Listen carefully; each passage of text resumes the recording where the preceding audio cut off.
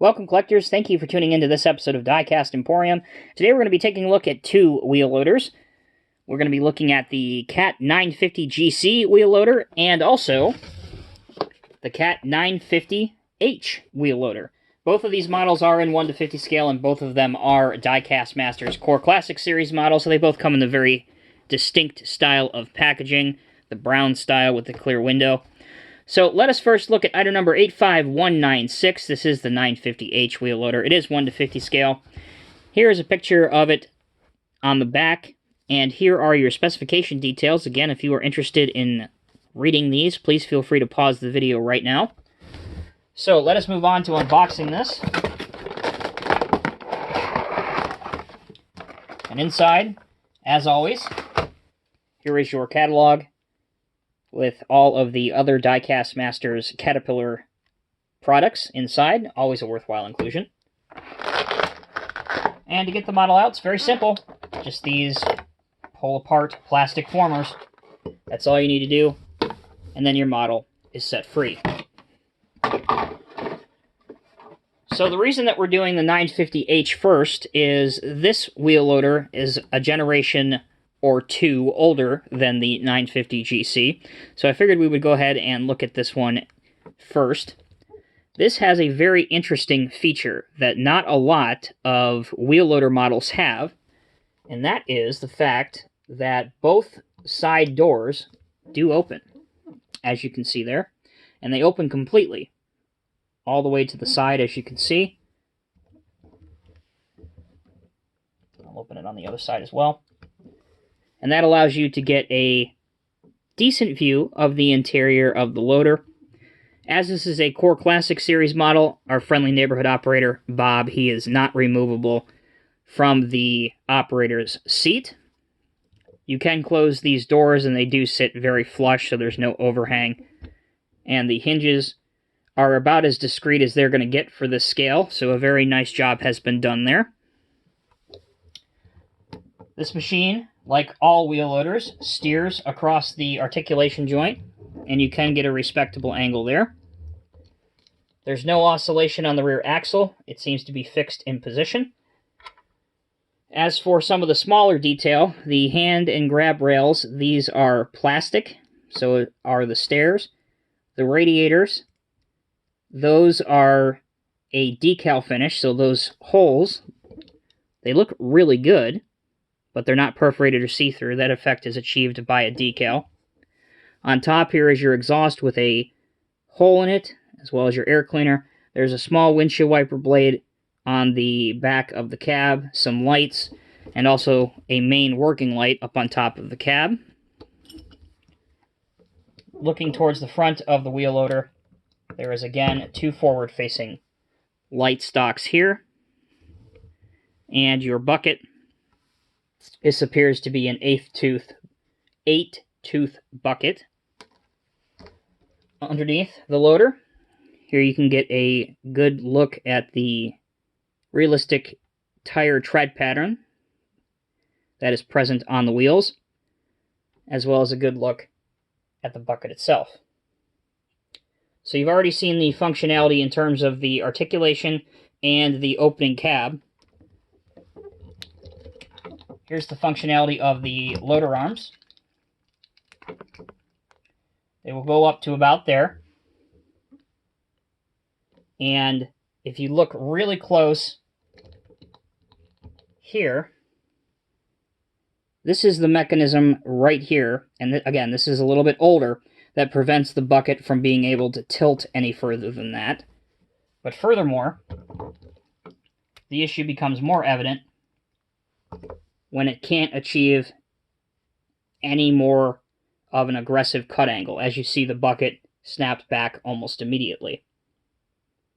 But overall, it's still a decent wheel loader for its time. I believe the original came out in about 2007, so it was one of the first wheel loaders that had that new updated cat trade dress, which this one features, obviously. So the machine is a bit dated, so is the modeling technology. But if you're looking for a medium to smaller size wheel loader, that's one option available to you. All right, so let's move on now towards the newer 950 GC. Here it is right here. The item number is 85907C. This is also an updated model of this casting. Here's a picture of the machine at work. And again, your specification details. If you are interested, please feel free to pause the video and check those out now.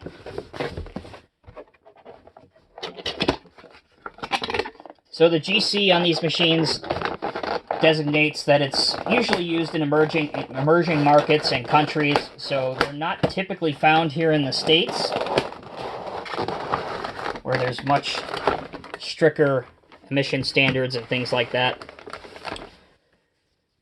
This was a 2018 release, so it has a 2018 catalog in it. But of course, it is still in the lineup, as is the 950H. And just like that, you pull the poppers apart, and the model is complete. So, no opening doors on this loader. There is, however, the addition of the oscillation across the rear axle, as it should. And the most significant part about the GC version is the improvement of the whole loader mechanism in itself. So as you can see, the bucket will tilt back to there, and it will dump to there, which is about even. And if you look again right here, you can see that there's, get my pointer here, you can see that there is a little bit of cylinder that is still exposed, but because of the Z-bar linkage, it clashes with the modeling mechanics of it.